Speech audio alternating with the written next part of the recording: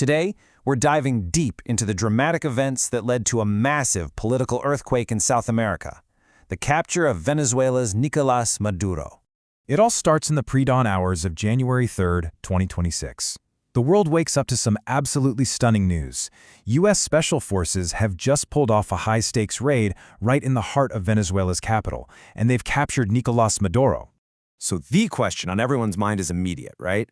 How did a standoff that's been simmering for years suddenly blow up into a direct military intervention? Well, to get it, you really need to look at three key things: the raid itself, the political crisis that was the trigger, and the methodical strategy that brought it all to a head. All right, first up, the operation itself. This wasn't some sprawling invasion. No, this was a precise, high-risk mission aimed squarely at the very top of the regime. The target was a place called Fuerte Tiuna, which is basically the nerve center of the Venezuelan military. Maduro had holed up there, thinking it was this untouchable fortress. But, that belief created a fatal mistake. It made his location static, predictable. The operation itself was, well, a masterclass in surgical precision. It all went down in 4 lightning-fast phases. First, they launched large-scale diversionary strikes to confuse and overwhelm Venezuelan air defenses. Then, the elite Delta Force breached the compound. Within just minutes, the target was secured. And finally, a rapid airlift extraction got them out of Venezuelan airspace before loyalist forces even really knew what was happening. And the result? Absolutely decisive. Maduro was captured, along with his wife, Cilia Flores, who was also an indicted co-conspirator. And get this, the entire, incredibly high-risk operation was pulled off with 0 American casualties. But a raid like this doesn't just come out of nowhere. To really understand the root cause, we've got to rewind about 18 months to a stolen election that basically slammed the door on any chance of a diplomatic solution. The real catalyst for this entire chain of events was the presidential election back in July of 2024. This was supposed to be the moment, a potential way out of the country's long-running crisis, all brokered through something called the Barbados Agreement. And the result was just staggering. We're talking independent tallies, exit polls. They all showed the opposition candidate Edmundo González winning in a total landslide. Some reports had him capturing over 67% of the vote.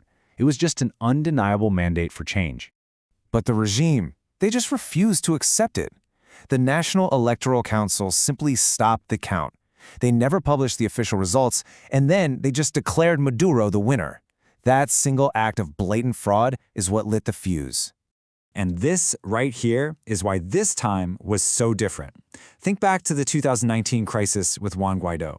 That was based on a disputed political, sort of legal claim. The 2025 crisis, though, this was built on hard data, verifiable, empirical proof of an election victory. The opposition didn't just feel like they won. They could actually prove it.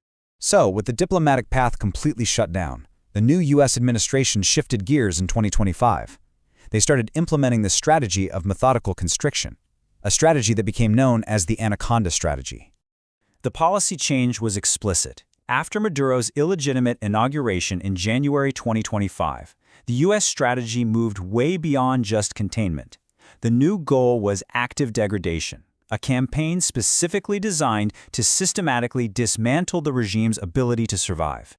And you can just see on this timeline how they kept turning up the heat throughout 2025. It started with diplomatic isolation right after the inauguration. By August, the financial pressure was on, with a massive bounty on his head. An intelligence op in October, the pilot flip attempt, showed just how vulnerable his inner circle was. And by December, the U.S. was using its Navy to seize oil tankers like the Skipper, joking off a critical economic lifeline. A key piece of this whole strategy was a historic $50 million bounty for information leading to Maduro's capture. I mean, that is the highest ever offered for a sitting head of state. The goal was pretty simple: make it more profitable to turn on him than to protect him. Now you might be wondering, what was the legal justification for all this? Well, it was an unsealed indictment from the Southern District of New York. And the charges are incredibly severe: conspiring with terrorist groups like the FARC to traffic cocaine, using the state itself to import drugs, and using military-grade weapons to protect the whole operation. And this quote from Vice President J.D. Vance really summed up the administration's public stance perfectly. They were framing this not as a political squabble, but as a law enforcement action against a massive criminal enterprise. So, with Maduro in U.S. custody, what happens next? Well, the immediate aftermath is a complex and, frankly, volatile mix of power vacuums and intense geopolitical maneuvering. That decapitation strike, it worked. By taking out the head of the regime, the operation effectively paralyzed the whole Chavista command structure. Without direct orders coming from the top, loyalist forces were just left in a state of confusion and total disarray. The stated U.S. endgame here is a transition of power. The goal, at least as it's been announced, is to hand authority over to Edmundo González, the man recognized by the U.S. and many others as the legitimate winner of the 2024 election as soon as security can be established. As you can imagine, the international reaction was sharply divided. Russia and China, of course, immediately condemned the raid as a violation of sovereignty, though the fact they didn't do much suggests they were caught flat-footed. Meanwhile, all the neighboring countries were left in a really precarious spot, watching a whole new level of American willingness to act directly in the region. And all of this leaves us with a critical question for the future. Does the end of the Maduro regime finally pave the way for a stable, democratic transition under the election's rightful winner? Or will the remnants of the Chavista movement regroup and plunge the nation into a prolonged, violent insurgency? The next few weeks and months are going to decide the fate of Venezuela.